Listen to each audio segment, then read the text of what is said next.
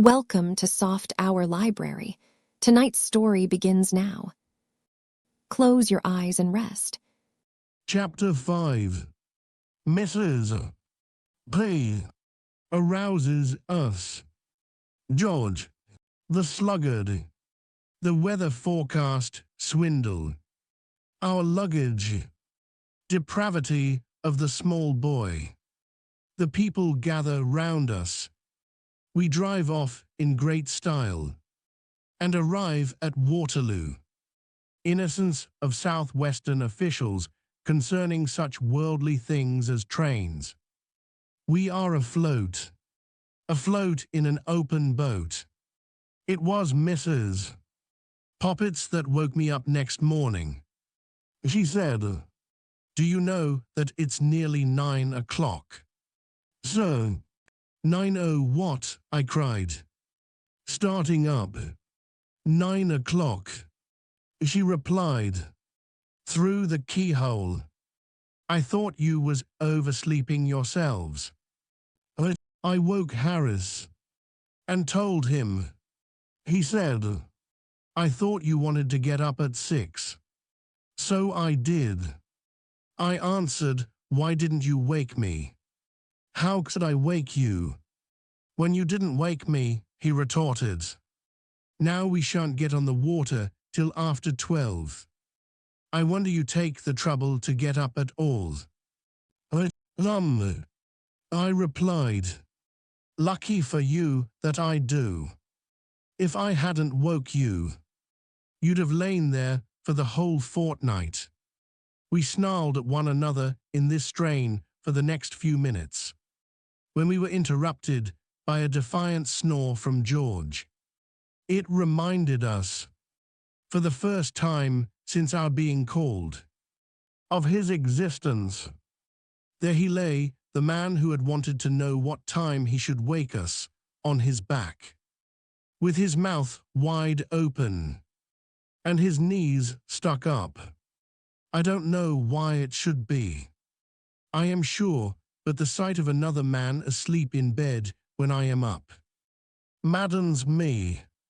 It seems to me so shocking to see the precious hours of a man's life, the priceless moments that will never come back to him again, being wasted in mere brutish sleep.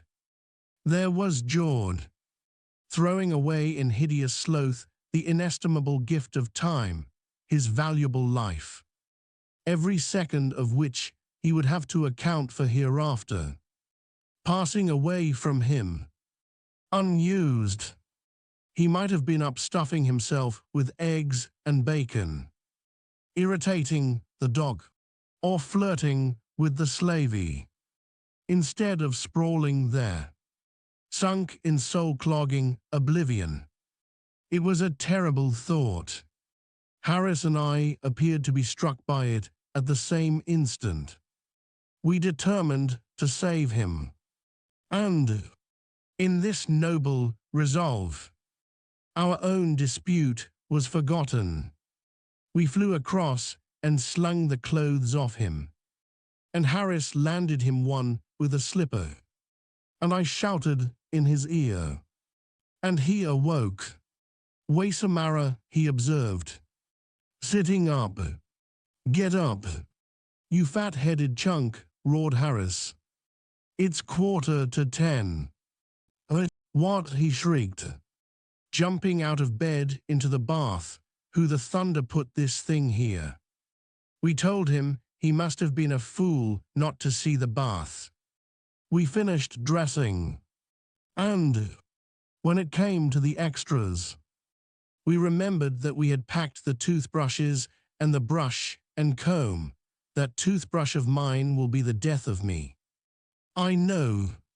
And we had to go downstairs and fish them out of the bag. And when we had done that, George wanted the shaving tackle. We told him that he would have to go without shaving that morning, as we weren't going to unpack that bag again for him, nor for anyone like him. He said, "Don't be absurd. How can I go into the city like this?" It was certainly rather rough on the city. But what cared we for human suffering, as Harris said, in his common, vulgar way? The city would have to lump it. We went downstairs to breakfast.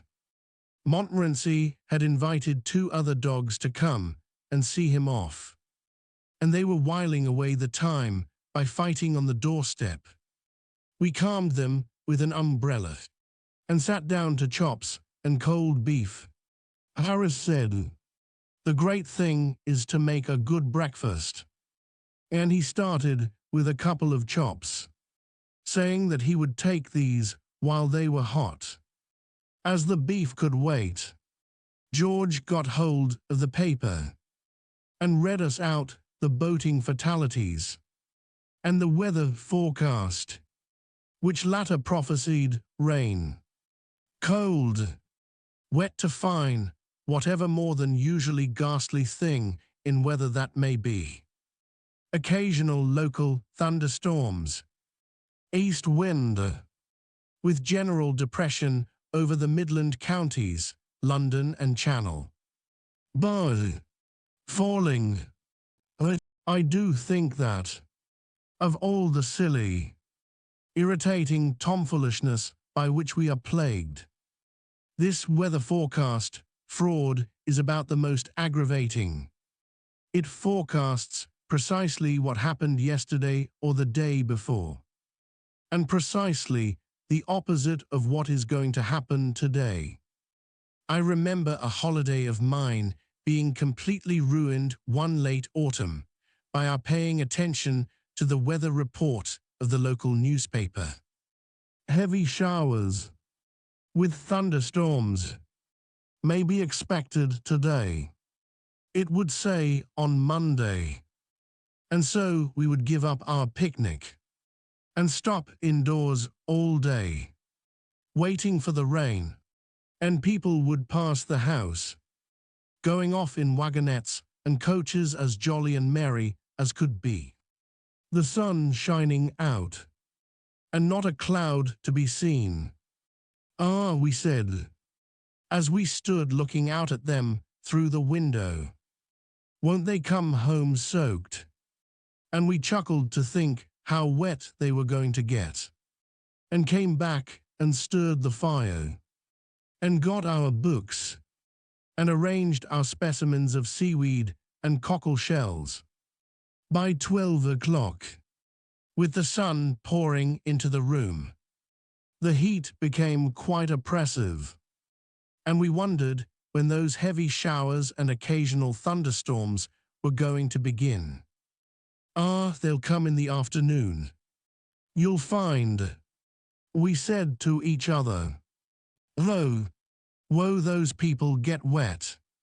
What a lark." At 1 o'clock, the landlady would come in to ask if we weren't going out, as it seemed such a lovely day. "No, no," we replied, with a knowing chuckle. "Not we.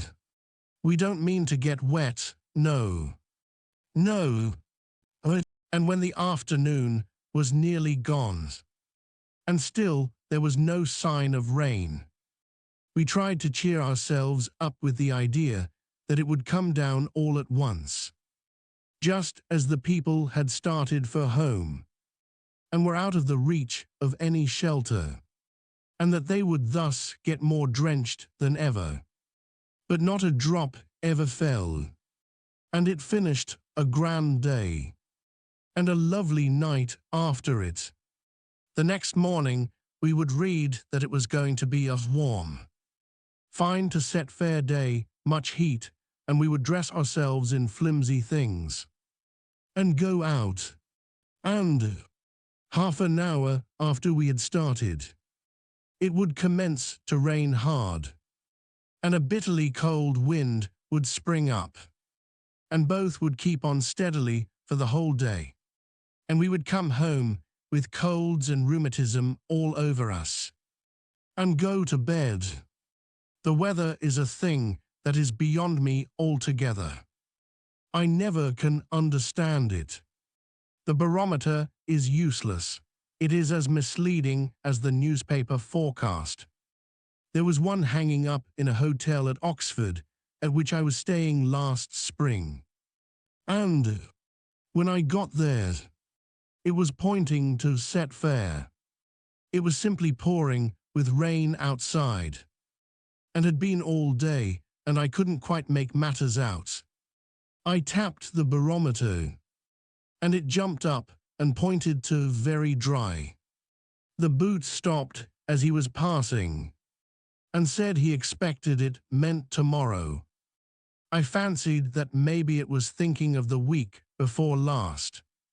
But Boot said, no, he thought not. I tapped it again the next morning, and it went up still higher, and the rain came down faster than ever. On Wednesday I went and hit it again, and the pointer went round towards set fair. Very dry, and much heat, until it was stopped by the peg, and couldn't go any further.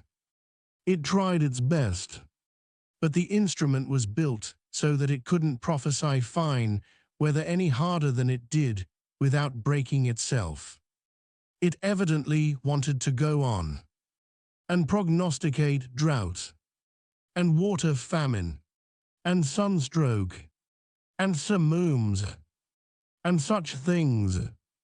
But the peg prevented it, and it had to be content with pointing to the mere commonplace, very dry. Meanwhile, the rain came down in a steady torrent, and the lower part of the town was under water, owing to the river having overflowed. Boots said it was evident that we were going to have a prolonged spell of grand weather some time, and read out a poem which was printed over the top of the oracle. About long foretold, long last, short notice, soon past. The fine weather never came that summer. I expect that machine must have been referring to the following spring. Then there are those new style of barometers, the long straight ones. I never can make head or tail of those. There is one side for 10 m. yesterday, and one side for 10 m. today, but you can't always get there as early as 10. You know, it rises or falls for rain and fine, with much or less wind. And one end is NLY and the other Ely. What's Ely got to do with it?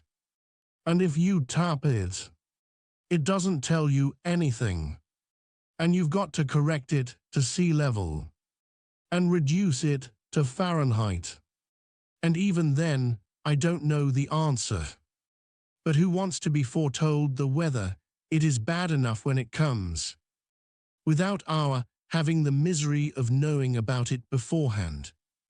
The prophet we like is the old man who, on the particularly gloomy-looking morning of some day when we particularly want it to be fine, looks round the horizon with a particularly knowing eye, and says, "Oh no, sir, I think it will clear up all right. It will break all right enough. Sir, oh, he knows." We say, as we wish him good morning, and start off, wonderful how these old fellows can tell. And we feel an affection for that man which is not at all lessened by the circumstances of its not clearing up, but continuing to rain steadily all day. Oh, well, we feel he did his best. For the man that prophesies us bad weather. On the contrary, we entertain only bitter and revengeful thoughts. Going to clear up. D'ye think we shout cheerily as we pass? Well, no. "Sir, I'm afraid it's settled down for the day," he replies, shaking his head. "Stupid old fool," we mutter. What's he know about it? And if his portent proves correct, we come back feeling still more angry against him, and with a vague notion that, somehow or other, he has had something to do with it. It was too bright and sunny on this especial morning for George's blood-curdling readings about falling atmospheric disturbance passing in an oblique line over southern Europe, and pressure increasing to very much upset us, and so, finding that he could not make us wretched, and was only wasting his time, he sneaked the cigarette that I had carefully rolled up for myself, and went. Then Harris and I, having finished up the few things left on the table, carted out our luggage on to the doorstep, and waited for a cab. There seemed a good deal of luggage. When we put it all together, there was the Gladstone and the small handbag, and the 2 hampers, and a large roll of rugs, and some 4 or 5 overcoats and mackintoshes, and a few umbrellas, and then there was a melon by itself in a bag, because it was too bulky to go in anywhere, and a couple of pounds of grapes in another bag, and a Japanese paper umbrella, and a frying pan, which, being too long to pack, we had wrapped round with brown paper. It did look a lot, and Harris and I began to feel rather ashamed of it, though why we should be, I can't see. No cab came by, but the street boys did, and got interested in the show, apparently, and stopped. Biggs's boy was the first to come round. Biggs is our greengrocer, and his chief talent lies in securing the services of the most abandoned and unprincipled errand boys that civilization has as yet produced. If anything more than usually villainous in the boy line crops up in our neighborhood, we know that it is Biggs's latest. I was told that, at the time of the great Coram Street murder, it was promptly concluded by our street that Biggs's boy for that period was at the bottom of it, and had he not been able, in reply to the severe cross-examination to which he was subjected by No. 19, when he called there for orders the morning after the crime, assisted by No. 21, who happened to be on the step at the time, to prove a complete alibi, it would have gone hard with him. I didn't know Biggs's boy at that time, but, from what I have seen of them since, I should not have attached much importance to that alibi myself. Biggs's boy, as I have said, came round the corner. He was evidently in a great hurry when he first dawned upon the vision, but, on catching sight of Harris and me, and Montmorency, and the things, he eased up and stared. Harris and I frowned at him. This might have wounded a more sensitive nature, but Biggs's boys are not, as a rule, touchy. He came to a dead stop, a yard from our step, and, leaning up against the railings, and selecting a straw to chew, fixed us with his eye. He evidently meant to see this thing out. In another moment, the grocer's boy passed on the opposite side of the street. Biggs's boy hailed him. "Hi, ground floor 042's are moving." The grocer's boy came across and took up a position on the other side of the step. Then the young gentleman from the boot shop stopped and joined Biggs's boy, while the empty can superintendent from the Blue Posts took up an independent position on the curb. "They ain't going to starve, are they?" said the gentleman from the boot shop.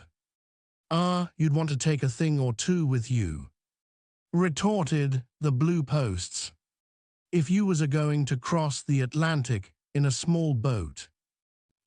"They ain't going to cross the Atlantic," struck in Biggs's boy. "They're a-going to find Stanley."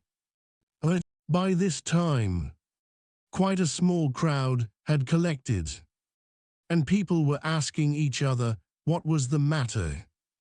One party, the young and giddy portion of the crowd, held that it was a wedding, and pointed out Harris as the bridegroom, while the elder and more thoughtful among the populace inclined to the idea that it was a funeral, and that I was probably the corpse's brother. At last, an empty cab turned up. It is a street where, as a rule, and when they are not wanted, empty cabs pass at the rate of 3 a minute, and hang about, and get in your way, and packing ourselves and our belongings into it, and shooting out a couple of Montmorency's friends, who had evidently sworn never to forsake him. We drove away amidst the cheers of the crowd, Biggs's boy shying a carrot after us for luck. We got to Waterloo at 11 and asked where the 11.5 started from. Of course nobody knew. Nobody at Waterloo ever does know where a train is going to start from, or where a train, when it does start, is going to, or anything about it.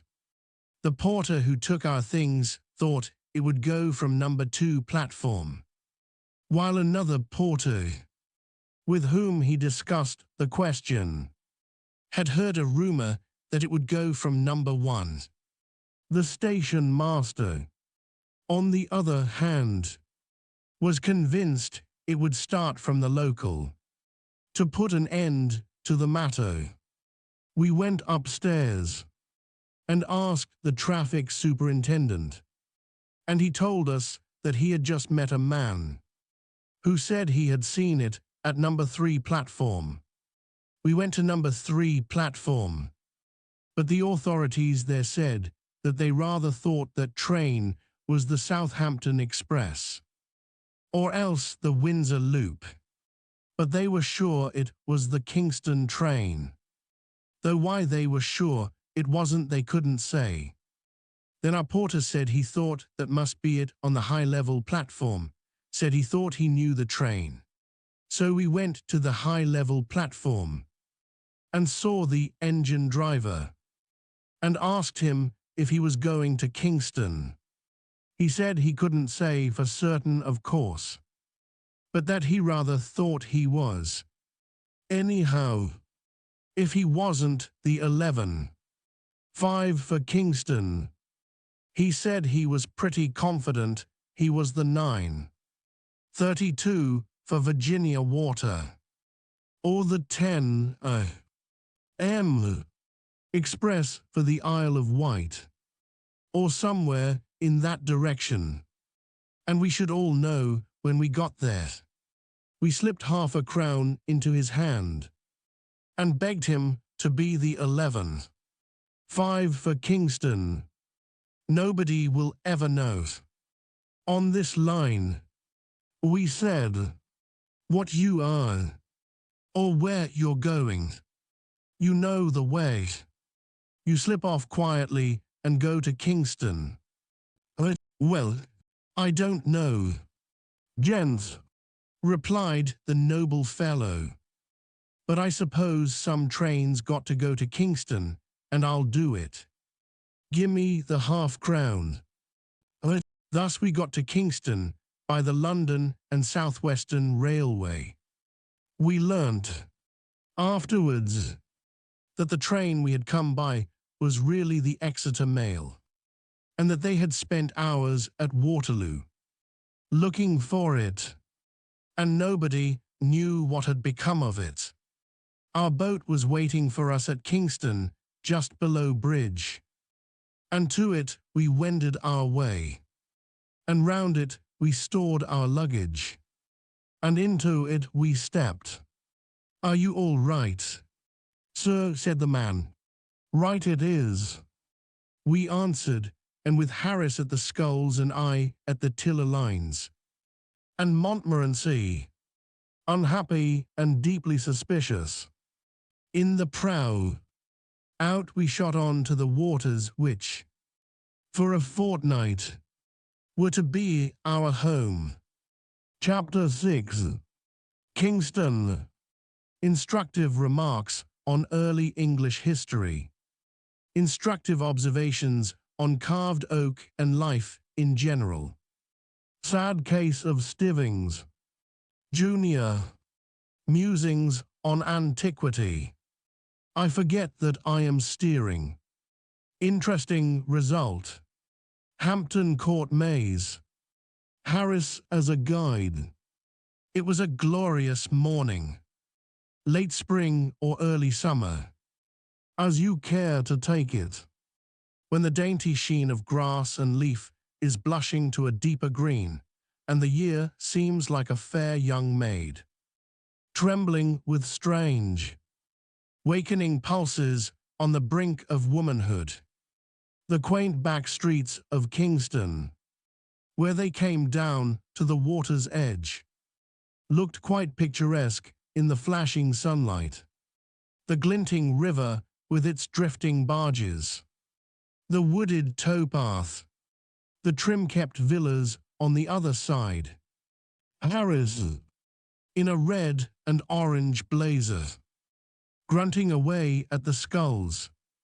The distant glimpses of the grey old palace of the Tudors all made a sunny picture, so bright but calm, so full of life, and yet so peaceful, that, early in the day though it was, I felt myself being dreamily lulled off into a musing fit.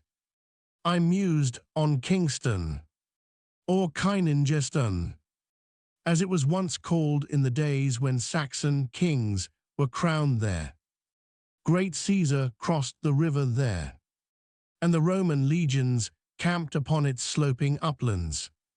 Caesar, like, in later years, Elizabeth, seems to have stopped everywhere, only he was more respectable than good Queen Bess. He didn't put up at the public houses. She was nuts on public houses. Was England's Virgin Queen. There's scarcely a pub of any attractions within 10 miles of London that she does not seem to have looked in at, or stopped at, or slept at, some time or other. I wonder now, supposing Harris, say, turned over a new leaf, and became a great and good man, and got to be Prime Minister, and died, if they would put up signs over the public houses that he had patronized. Harris had a glass of bitter in this house. Harris had 2 of Scotch cold here in the summer of '88. Harris was chucked from here in December 1886.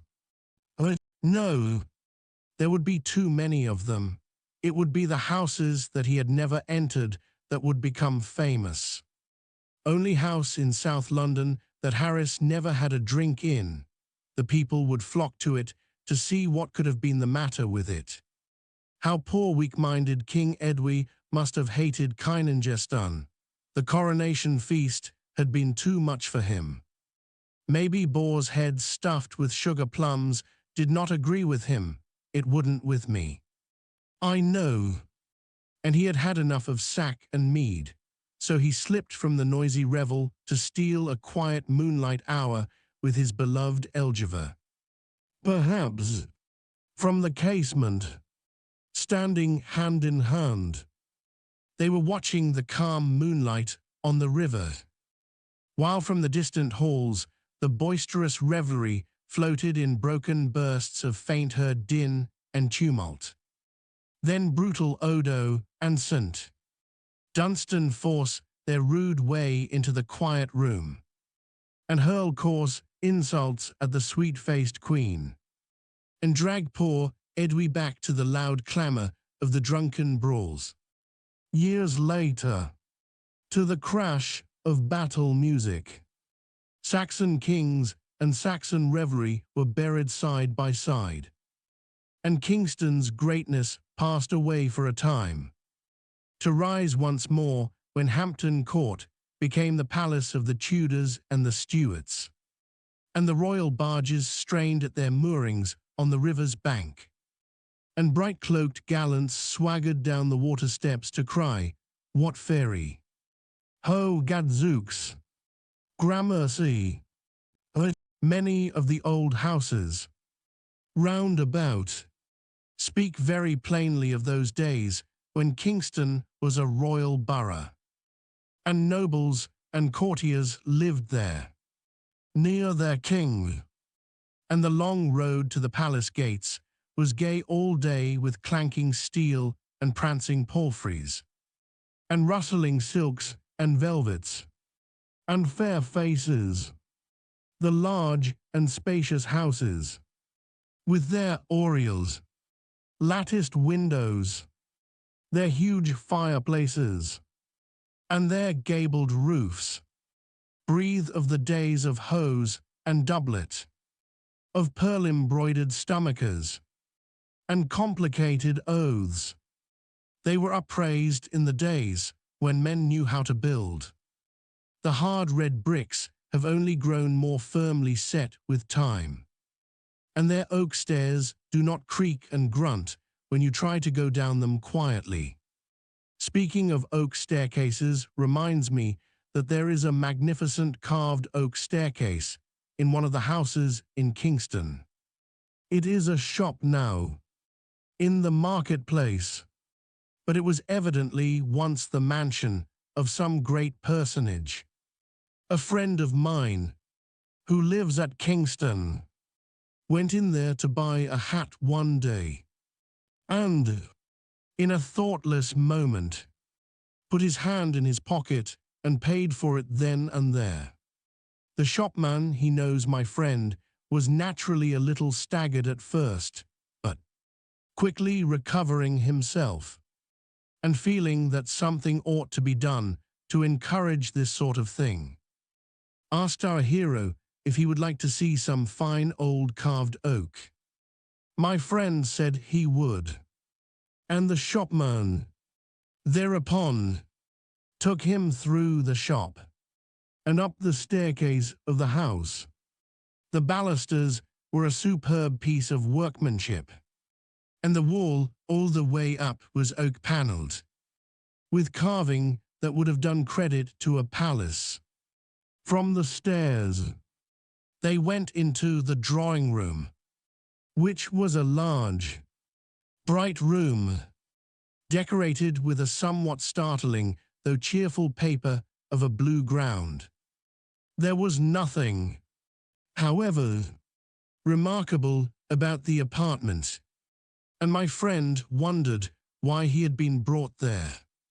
The proprietor went up to the paper and tapped it. It gave forth a wooden sound. "Oak," he explained. "All carved oak, right up to the ceiling, just the same as you saw on the staircase." "But, great Caesar, man," expostulated my friend, "you don't mean to say you have covered over carved oak with blue wallpaper?" "Yes," was the reply. "It was expensive work.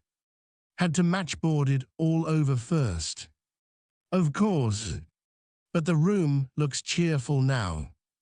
It was awful gloomy before."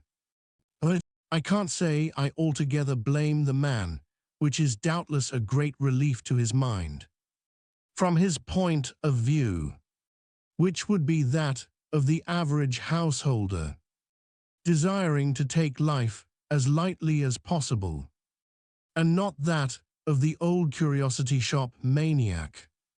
There is reason on his side. Carved oak is very pleasant to look at, and to have a little of, but it is no doubt somewhat depressing to live in, for those whose fancy does not lie that way. It would be like living in a church. No, what was sad in his case was that he, who didn't care for carved oak, should have his drawing room panelled with it, while people who do care for it have to pay enormous prices to get it. It seems to be the rule of this world. Each person has what he doesn't want, and other people have what he does want. Married men have wives, and don't seem to want them, and young single fellows cry out that they can't get them. Poor people who can hardly keep themselves have 8 hearty children. Rich old couples, with no one to leave their money to, die childless. Then there are girls with lovers. The girls that have lovers never want them. They say they would rather be without them, that they bother them. And why don't they go and make love to Miss Smith and Miss Brown, who are plain and elderly, and haven't got any lovers? They themselves don't want lovers. They never mean to marry. It does not do to dwell on these things. It makes one so sad.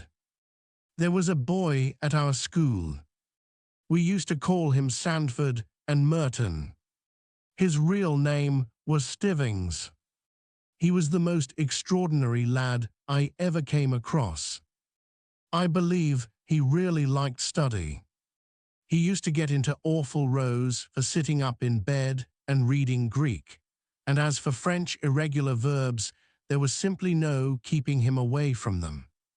He was full of weird and unnatural notions about being a credit to his parents and an honor to the school, and he yearned to win prizes, and grow up and be a clever man, and had all those sorts of weak-minded ideas.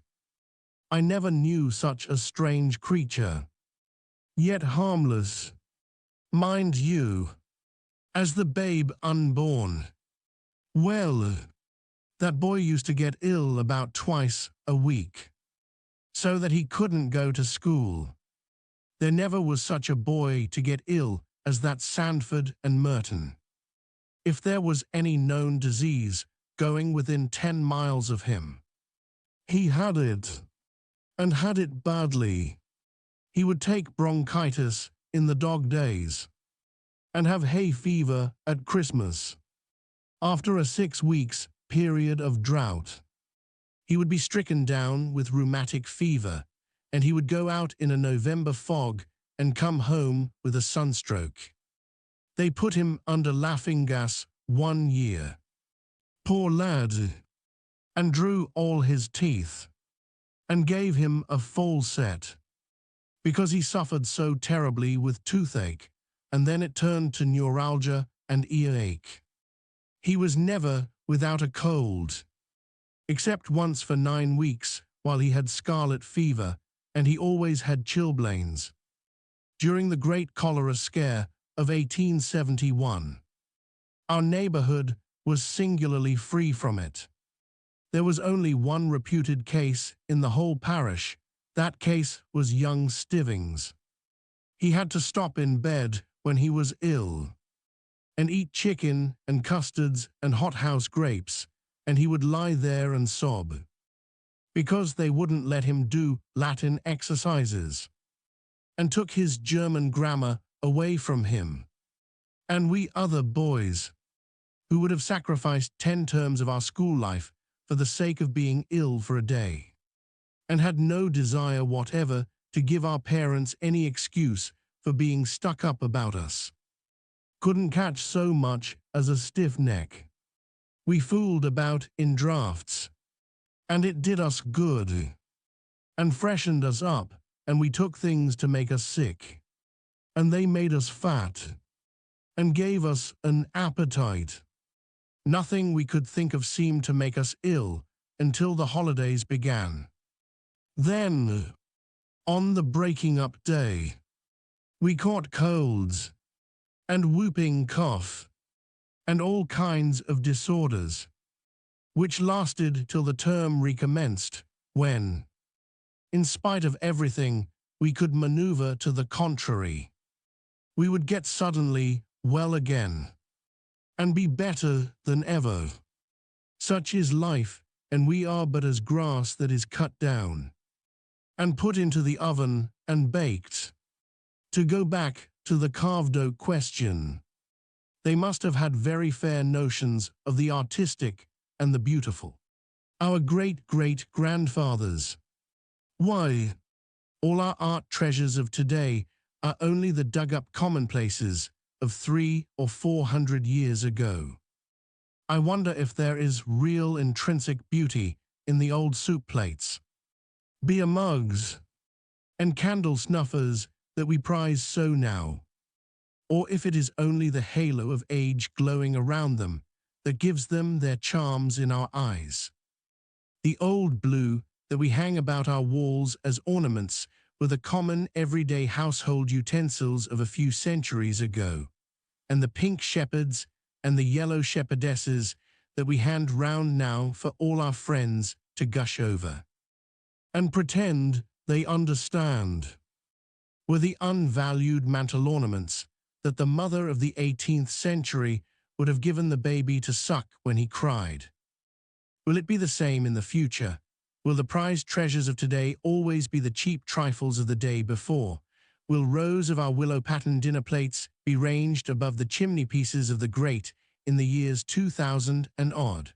Will the white cups with the gold rim and the beautiful gold flower inside, species unknown, that our Sarah Janes now break in sheer light-heartedness of spirit, be carefully mended, and stood upon a bracket, and dusted only by the lady of the house?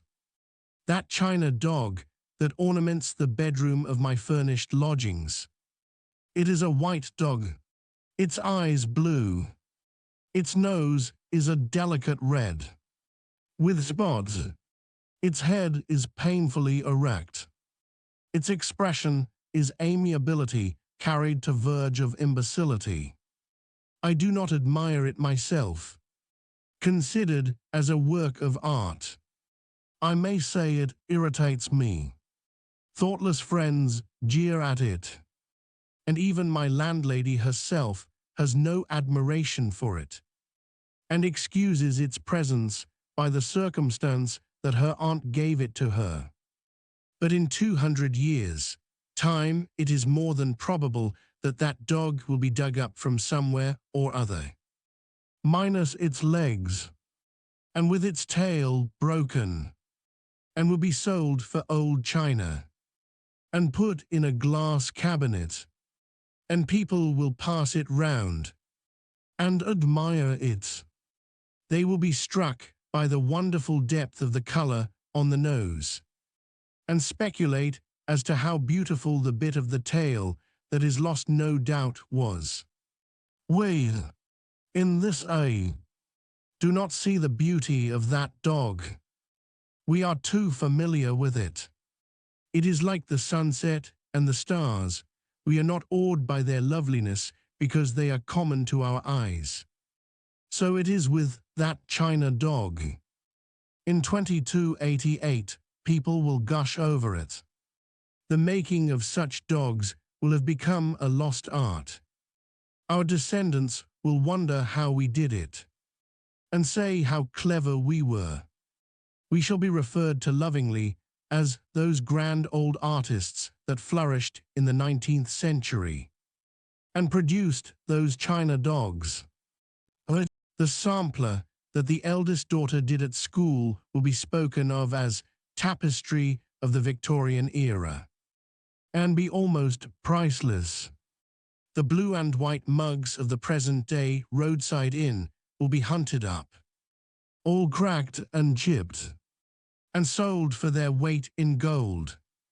And rich people will use them for claret cups, and travelers from Japan will buy up all the presents from Ramsgate, and souvenirs of Margate that may have escaped destruction, and take them back to Jedo as ancient English curios.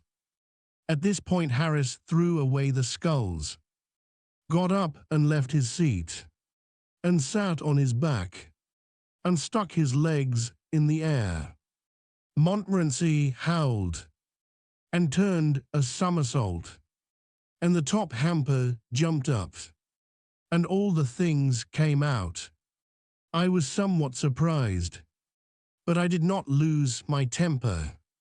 I said, pleasantly enough, "Halloa, what's that for? What's that for, why?" No, on second thoughts, I will not repeat what Harris said. I may have been to blame. I admit it, but nothing excuses violence of language and coarseness of expression, especially in a man who has been carefully brought up, as I know Harris has been. I was thinking of other things, and forgot, as anyone might easily understand, that I was steering, and the consequence was that we had got mixed up a good deal with the towpath. It was difficult to say, for the moment, which was us and which was the Middlesex bank of the river, but we found out after a while, and separated ourselves. Harris, however, said he had done enough for a bit, and proposed that I should take a turn, so, as we were in, I got out and took the tow line, and ran the boat on past Hampton Court. What a dear old wall that is, that runs along by the river there. I never pass it without feeling better for the sight of it. Such a mellow, bright, sweet old wall, what a charming picture it would make, with the lichen creeping here, and the moss growing there, a shy young vine peeping over the top at this spot, to see what is going on upon the busy river, and the sober old ivy clustering a little farther down. There are 50 shades and tints and hues in every 10 yards of that old wall. If I could only draw, and knew how to paint, I could make a lovely sketch of that old wall. I'm sure I've often thought I should like to live at Hampton Court. It looks so peaceful and so quiet, and it is such a dear old place to ramble round in the early morning before many people are about. But, there, I don't suppose I should really care for it when it came to actual practice. It would be so ghastly dull and depressing in the evening, when your lamp cast uncanny shadows on the panelled walls, and the echo of distant feet rang through the cold stone corridors, and now drew nearer, and now died away, and all was death-like silence, save the beating of one's own heart. We are creatures of the sun, we men and women. We love light and life. That is why we crowd into the towns and cities, and the country grows more and more deserted every year. In the sunlight, in the daytime, when nature is alive and busy all around us, we like the open hillsides and the deep woods well enough, but in the night, when our Mother Earth has gone to sleep and left us waking, oh, the world seems so lonesome, and we get frightened, like children in a silent house. Then we sit and sob, and long for the gaslit streets, and the sound of human voices, and the answering throb of human life. We feel so helpless and so little in the great stillness, when the dark trees rustle in the night wind. There are so many ghosts about, and their silent sighs make us feel so sad. Let us gather together in the great cities and light huge bonfires of 1,000,000 gas jets and shout and sing together and feel brave. Harris asked me if I'd ever been in the maze at Hampton Court. He said he went in once to show somebody else the way. He had studied it up in a map, and it was so simple that it seemed foolish, hardly worth the tuppence charged for admission. Harris said he thought that map must have been got up as a practical joke, because it wasn't a bit like the real thing, and only misleading. It was a country cousin that Harris took in. He said, "We'll just go in here, so that you can say you've been. But it's very simple. It's absurd to call it a maze. You keep on taking the first turning to the right. We'll just walk round for 10 minutes, and then go and get some lunch." They met some people soon after they had got inside, who said they had been there for 3/4 of an hour, and had had about enough of it. Harris told them they could follow him. If they liked, he was just going in, and then should turn round and come out again. They said it was very kind of him, and fell behind, and followed. They picked up various other people who wanted to get it over, as they went along, until they had absorbed all the persons in the maze. People who had given up all hopes of ever getting either in or out, or of ever seeing their home and friends again, plucked up courage at the sight of Harris and his party, and joined the procession, blessing him. Harris said he should judge there must have been 20 people following him in all, and one woman with a baby, who had been there all the morning, insisted on taking his arm, for fear of losing him. Harris kept on turning to the right, but it seemed a long way, and his cousin said he supposed it was a very big maze, though one of the largest in Europe. Said Harris, "Yes, it must be," replied the cousin, "because we've walked a good 2 miles already." Harris began to think it rather strange himself, but he held on until, at last, they passed the half of a penny bun on the ground that Harris's cousin swore he had noticed there 7 minutes ago. Harris said, "Oh, impossible," but the woman with the baby said, "Not at all," as she herself had taken it from the child and thrown it down there just before she met Harris. She also added that she wished she never had met Harris, and expressed an opinion that he was an impostor. That made Harris mad, and he produced his map and explained his theory. "The map may be all right enough," said one of the party, "if you know whereabouts in it we are now." But Harris didn't know, and suggested that the best thing to do would be to go back to the entrance and begin again. For the beginning again part of it, there was not much enthusiasm, but with regard to the advisability of going back to the entrance, there was complete unanimity. And so they turned and trailed after Harris again, in the opposite direction.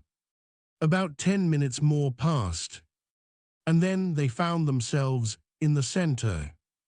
Harris thought at first of pretending that that was what he had been aiming at, but the crowd looked dangerous, and he decided to treat it as an accident. Anyhow, they had got something to start from then, They did know where they were, and the map was once more consulted, and the thing seemed simpler than ever. And off they started for the third time, and 3 minutes later they were back in the center again. After that, they simply couldn't get anywhere else. Whatever way they turned brought them back to the middle. It became so regular at length that some of the people stopped there and waited for the others to take a walk round and come back to them. Harris drew out his map again after a while, but the sight of it only infuriated the mob, and they told him to go and curl his hair with it. Harris said that he couldn't help feeling that, to a certain extent, he had become unpopular. They all got crazy at last and sang out for the keeper, and the man came and climbed up the ladder outside and shouted out directions to them. But all their heads were, by this time, in such a confused whirl that they were incapable of grasping anything. And so the man told them to stop where they were, and he would come to them. They huddled together and waited, and he climbed down and came in. He was a young keeper, as luck would have it, and new to the business, and when he got in, he couldn't find them, and he wandered about, trying to get to them, and then he got lost. They caught sight of him every now and then, rushing about the other side of the head, and he would see them and rush to get to them, and they would wait there for about 5 minutes, and then he would reappear again in exactly the same spot and ask them where they had been. They had to wait till one of the old keepers came back from his dinner before they got out. Harris said he thought it was a very fine maze, so far as he was a judge, and we agreed that we would try to get George to go into it. On our way back,